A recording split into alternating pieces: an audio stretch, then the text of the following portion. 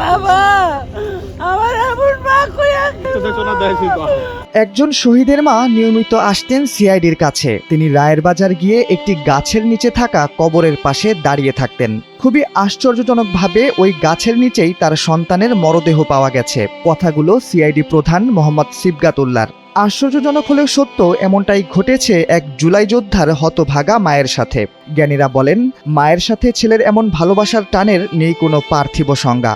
সৃষ্টিকর্তা যেন নিজ মহিমায় এই ভালোবাসা ঢেলে দিয়েছেন প্রতিটি জীবের মায়ের প্রাণে। খোঁজ নিয়ে জানা গেছে ২০২৪ সালে জুলাই গণ অভ্যুত্থান চলাকালে পুলিশের গুলিতে নিহত হন সোহেল। তার লাশ দাফন করা হয় রাজধানীর রায়ের বাজারের কবরস্থানে। তার পরিবারের কেউই তখন জানতেন না কোথায় আছেন সোহেল, কেমনই বা আছেন, কি বা করছেন। শুধু জানতেন ছেলে গেছে আন্দোলনে।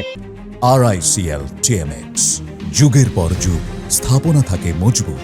জুলাই আন্দোলন শেষ হয়ে দেশ ঝুঁকছে নতুন রাজনৈতিক ধারার ভেতর। কেটে গেছে লম্বা সময়। এই পুরোটা সময় কেবল ছেলের ছবি বুকে জড়িয়ে কবরস্থানে একটি অজ্ঞাতনামা কবরের পাশে দাঁড়িয়ে কাঁদতেন সোহেলের মা।